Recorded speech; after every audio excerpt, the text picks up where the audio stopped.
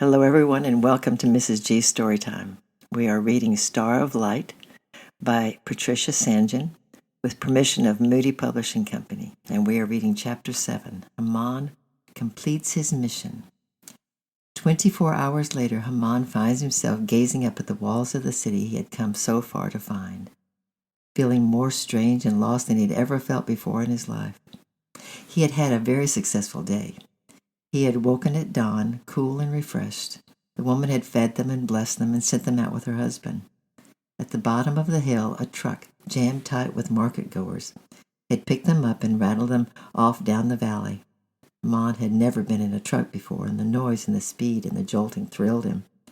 The main road thrilled him too, with its roaring traffic and the 2 hours' drive passed all too quickly. The road turned off to Wednesday Market, and he and Kinza were dropped off 25 kilometers from their destination. He had walked all day, patiently prodding along in the heat, often sitting down to rest.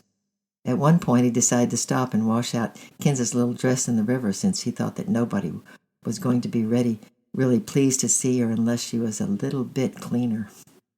When she was redressed, he decided she looked fit for a palace. He had climbed a long, long hill, stopping to pick wildflowers along the way for Kinza to present to her new mother, and at last he rounded a bend in the road, and just ahead of him was an old city wall and the town inside, in the shadow of the bare, jagged mountains. Haman stood in the cool of the shadow of the gate and watched for a while. He did not think he would have to ask the way if he could find the market, for his mother had described the house exactly, and he was afraid to speak to anyone. He thought he would wait until nighttime before making his way along those narrow, crowded, cobbled streets. It would be easy to slip along in the dark, but as dusk deepened, he saw the shopkeepers on each side of the streets turn on lights, and everybody walked past in full glare of them. Apparently, in this terrifying place, there was no darkness and no hiding. The sooner he could safely get Kinza settled, the better. He set off timidly along the cobbles, marveling at the beautiful things displayed in the shops. The bright silks, the piles of fruit, and the stacks of bread. It seemed to him like a fairyland, and he gazed bright-eyed and fascinated at all this beauty. A magic town where everything glittered and dazzled. He forgot that he had felt lonely and afraid, and gazed up eagerly into the faces of the shopkeepers and the passer-by. But no one smiled at him or looked kindly at him, and no one welcomed him to the Golden City. He crept along until he came to the splashing fountain where a little girl was filling buckets. She at last looked like a kind little girl, and very shyly he asked her the way to the inn above the market. She pointed him to the right direction. It was not far. The old archway leading into the inn courtyard stood back from the street. Weary mules and donkeys were passing in, and the travelers stood in groups looking out on the market. Haman longed to go and rest on the straw with the donkeys, but he had no coin to pay for such shelter, and anyway, he felt his business had better be done that night. He thought the house of the nurse would not be difficult to find, and he set off confidently. The street curved, and he stopped. He could see the inn now and a rubbish tip beyond, and what he saw filled him with surprise. There was a dim street lamp outside the last house on the left, and under it he could see a group of little boys, dirty and ragged like himself, standing as if they were waiting for something to happen. As Haman watched, the door was opened from inside, and a beam of bright light shone out into the cobbles. The children surged forward, tumbling over each other, and disappeared through the golden doorway.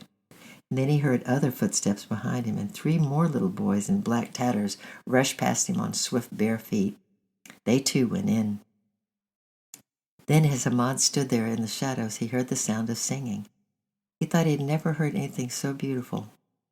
Lured by the music, he crept closer, sulking along the wall, and at last he reached the top of the step and dared to peep in. Then he gasped with joy and excitement, for he was looking across a passageway into another room, and hanging on the wall was that room, exactly opposite the doorway, was a picture of a man who loved little children, carrying in his arms a curly-haired baby just about Kinza's age. Boys and girls were crowding around him, holding out their arms. He smiled down on them and did not seem to want them to go away. Haman remembered the hard faces of the shopkeepers, and this man was unlike any of them. He would certainly welcome Kenza as he was welcoming the crowd of happy children in the picture. But who were all these ragged little boys, and why did they go in, and what were they singing about? He could not see them, for they all gathered at one end of the room, but he could hear a woman's voice. As he listened, crouching down on the steps, straining to catch the words, the children began to chant something all together, as though they were learning it by heart, just as they did in the mosque schools when they learned the Quran. Jesus said, "I am the light of the world, and he who follows me shall not walk in darkness, but have the light of life." What could that mean?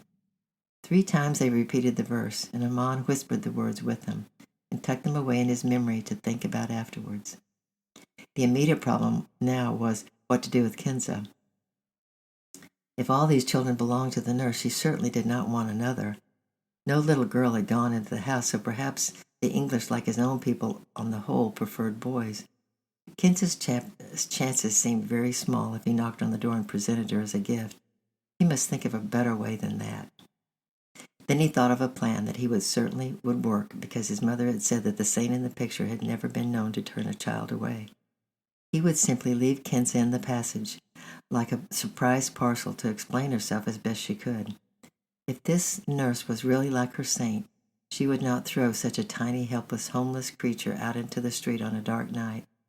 He skipped across the orange beam of light and sat down on the rubbish heap. He shook Kenza until she was thoroughly wide awake and then spoke to her very solemnly. "Kenza, my little sister," he said, "I'm going to sit you down by yourself, and you must keep very still and not cry. If you cry, a lady will hit you hard. If you don't cry, she will come and give you a nice sweet." Then Kenza understood this perfectly. She knew all about being hit if she did not keep still, and she seldom got what she wanted by crying. Also, she was very hungry. So she let Haman soothe and pat her, and then, placing the withered bunch of flowers in her hands, crept off the rubbish heap. He pushed the door open a little and lifted Kenza over the step and set her down in the dark passage. Haman suddenly felt his throat tighten and his eyes filled with tears.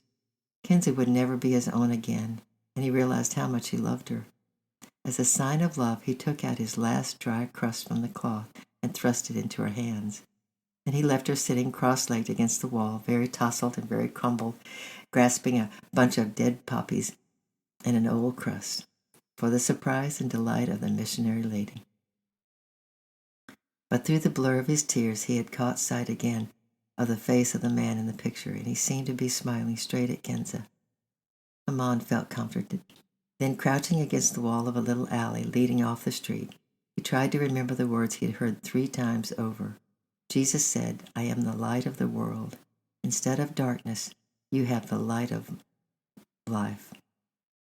It was something like that, whatever it could mean.